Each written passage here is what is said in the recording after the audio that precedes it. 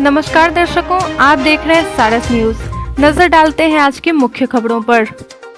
अखिल भारतीय विद्यार्थी परिषद के जिला संयोजक दीपक चौहान के नेतृत्व में जिला अधिकारी किशनगंज को ठाकुरगंज स्थित शिवानंद भवन की जर्जर स्थिति को ध्यान में रखते हुए मरम्मत हेतु ज्ञापन सौंपा गया।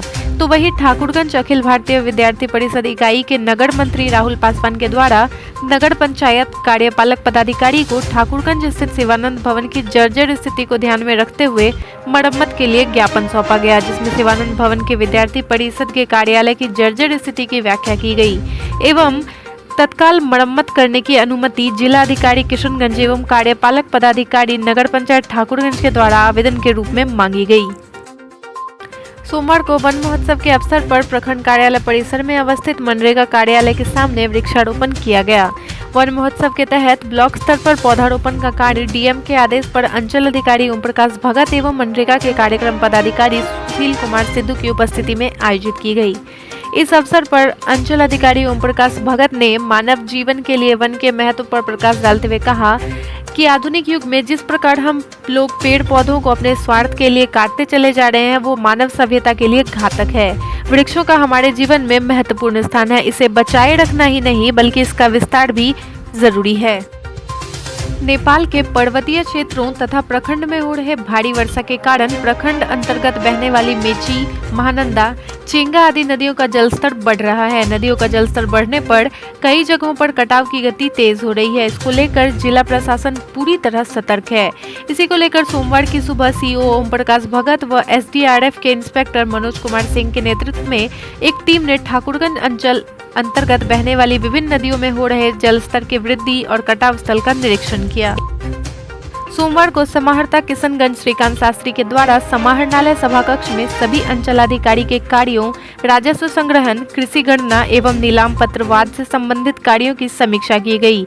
सभी अंचलाधिकारी के कार्यों की समीक्षा बैठक में ऑनलाइन दाखिल खारिज, भू लगान वसूली, शेष दखल देहानी, अभियान बसेरा, बासगीत पर्चा वितरण, एलपीसी निर्गत करने की अद्यतन स्थिति, गैर मजरुआ आम भूमि तथा गैर मजरुआ मालिक भूमि बंदोबस्ती, लोक भूमि अतिक्रमण, जल संचयन का अतिक्रमण, न्यायालयवाद, भू हदबंदी, भूदान, सरजमी सेवा एवं अन्य बिंदु पर गहन समीक्षा करते हुए पिछले बैठक में दिए गए निर्देश के अनुपालन की समीक्षा की गई। समाहर्ता किशनगंज श्रीकांत शास्त्री के द्वारा सोमवार को समाहरणालय के सभाकक्ष में आंतरिक संसाधन समिति की बैठक आहूत की गई।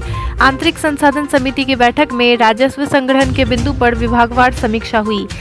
वाणिज्य कर, परिवहन, खनन, निबंधन, राष्ट्रीय बचत, नगर परिषद किशनगंज, नगर निकाय बहादुरगंज व ठाकुरगंज, विधिक मापक, सहकारिता, विद्युत, मत्स्य उत्पाद, वन, कृषि, औषधि निरीक्षक, स्वास्थ्य संबंधित कार्यों, प्राप्त लक्ष्य के अनुरूप राजस्व संग्रह आदि के बिंदु पर उनके पदाधिकारियों द्वारा कृत कार्रवाई से अवगत कराया गया। सोमवार को समाहरणालय के सभाकक्ष में समाहर्ता श्रीकांत शास्त्री के द्वारा सभी अंचलाधिकारियों के साथ राजस्व कार्यों तथा नीलाम पत्र पदाधिकारियों के साथ नीलाम पत्रवाद की समीक्षा बैठक आहूत की गई। समाहर्ता श्रीकांत शास्त्री के द्वारा online mutation, record of right digitization, लगान वसूली आदि समेत आवंटित सर्टिफिकेट केस में वसूली व निष्पादन की समीक्षा की गई।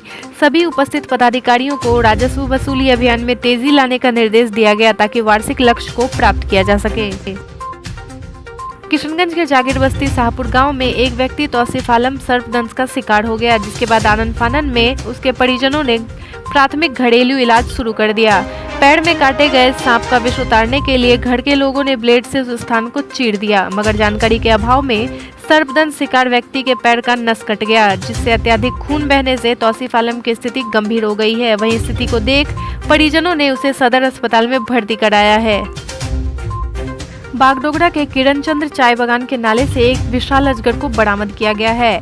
सोमवार को चाय बागान के श्रमिकों ने उक्त अजगर को देखा। इसके बाद इलाके में सनसनी फैल गई। बताया गया है कि रविवार शाम को इलाके के एक निवासी की एक बकरी गायब हो गई थी, जिसके बाद इलाके में विशाल अजगर को देखा गया। स्थानीय लोगों का दावा है कि अजगर ने बकरी को खाया है। सूचना मिलने के बाद बागडोगरा वन विभाग के कर्मी मौके पर पहुंचे और 12 फुट लंबे अजगर को बरामद किया। स्वास्थ्य जांच के बाद अजगर को घने जंगल में छोड़ दिया जाएगा। आज के लिए इतना ही। अपने आसपास की खबरों के लिए बने रहिए आपके अपने चैनल सारस न्यूज के साथ प्रतिदिन प्रातः 9 बजे। धन्यवाद।